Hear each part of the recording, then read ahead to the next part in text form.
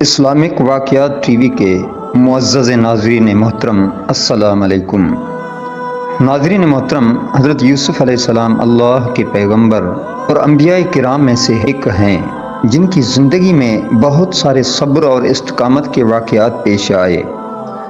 آپ علیہ السلام نے اپنے بھائیوں کی سازشوں اور ظالمانہ حرکتوں پر صبر کیا اور اپنے رب پر بھروسہ کیا۔ آپ علیہ السلام نے قید میں بھی اپنے ایمان کو برقرار رکھا اور اللہ تبارک و تعالی کی رضا کے لیے اپنی پاک دامنی کی حفاظت کی۔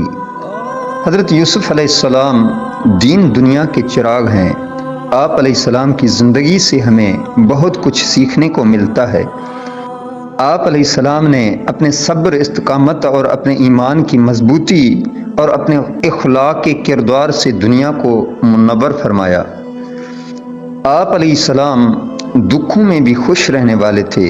آپ علیہ السلام نے اپنے رب پر بھروسہ کرتے ہوئے مشکل وقت میں صبر کیا۔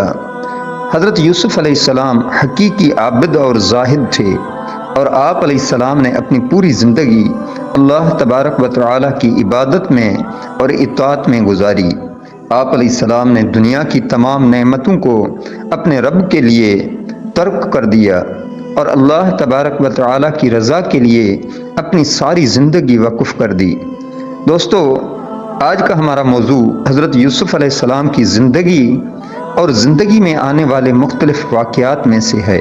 ناظرین محترم، ایک دن حضرت یوسف علیہ السلام نے اپنے والد حضرت یعقوب علیہ السلام سے کہا کہ ابا جان، میں نے رات کو خواب میں 11 ستارے اور سورج اور چاند کو دیکھا ہے جو مجھے سجدہ کر رہے ہیں۔ حضرت یعقوب علیہ السلام نے فرمایا، یہ خواب اپنے بھائیوں کو مت سنانا، ایسا نہ ہو کہ وہ تمہارے ساتھ دشمنی پر اتر آئیں۔ بیٹے، تم اپنے دادا اسحاق علیہ السلام اور پردادا حضرت ابراہیم علیہ السلام کی طرح اللہ تبارک و تعالی کے ہاں برگزیدہ ہوں گے اور اللہ تبارک و تعالی تمہیں علم و حکمت اور بہت سی نعمتیں عطا فرمائے گا۔ حضرت یوسف علیہ السلام کے دوسرے بھائی حضرت یعقوب علیہ السلام کی دوسری بیوی کے اولاد میں سے تھے۔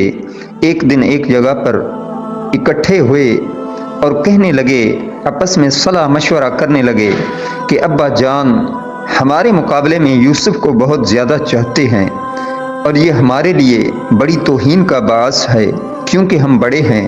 چلو ابھی ایسا کرتے ہیں، حضرت یوسف علیہ السلام کو باپ کی آنکھوں سے اوجھل کرنے کے لیے کسی دور دراز جگہ پر چھوڑ آتے ہیں۔ اس طرح ابا جان اس کی غیر موجودگی میں ہمیں اہمیت دینے لگیں گے۔ یہ طے کرنے کے بعد وہ حضرت یعقوب علیہ السلام کے پاس آئے اور کہنے لگے کہ ابا جان، کیا وجہ ہے آپ یوسف علیہ السلام کے بارے میں ہم پر اعتماد نہیں کرتے اور ہمارے ساتھ کہیں آنے جانے سے روکتے ہیں؟ کیا ہم نے کبھی یوسف کو کچھ کہا ہے؟ ہم تو ہمیشہ اس کے خیر خواہ ہیں۔ چنانچہ کل ہم نے سیر کا پروگرام بنایا ہے، آپ یوسف علیہ السلام کو بھی ہمارے ساتھ جانے کی اجازت دیں تاکہ وہ بھی ہمارے ساتھ ذرا گھوم پھر کر آئے۔ ہم وعدہ کرتے ہیں کہ ہم اس کی پوری حفاظت کریں گے۔ حضرت یعقوب علیہ السلام کہنے لگے، بیٹو، یوسف ابھی بچہ ہے، وہ ابھی کھیل کود میں تمہارے برابر کا نہیں ہوا اور جنگل میں بھیڑیے بہت ہیں۔ مجھے ڈر یہ ہے کہ تم اپنے کھیل میں ایسے مگن ہو جاؤ کہ اسے اکیلا چھوڑ دو اور خدا نہ کرے اسے کوئی اذیت پہنچے۔ بیٹے ہنستے ہوئے بولے، کیا ابا جان آپ نے ہمیں اتنا ناپختہ سمجھ رکھا ہے؟ اگر ہمارے ہوتے ہوئے یوسف کو بھیڑیے اٹھا کے لے جائیں تو ہم کس کام کے؟ ایسا کبھی نہیں ہو سکتا۔ چنانچہ اس طرح انہوں نے حضرت یعقوب علیہ السلام کو منا لیا اور یوسف علیہ السلام کو ساتھ لے جانے میں کامیاب ہو گئے۔ وہ بیابان جنگل میں آ گئے جہاں نہ حضرت یعقوب علیہ السلام تھے نہ کوئی دیکھنے والا۔ انہوں نے حضرت یوسف علیہ السلام کی قمیض اتروائی اور ایک کنویں میں ڈال دیا تاکہ کوئی قافلہ وہاں سے گزرتے ہوئے اسے نکال کر ساتھ لے جائے۔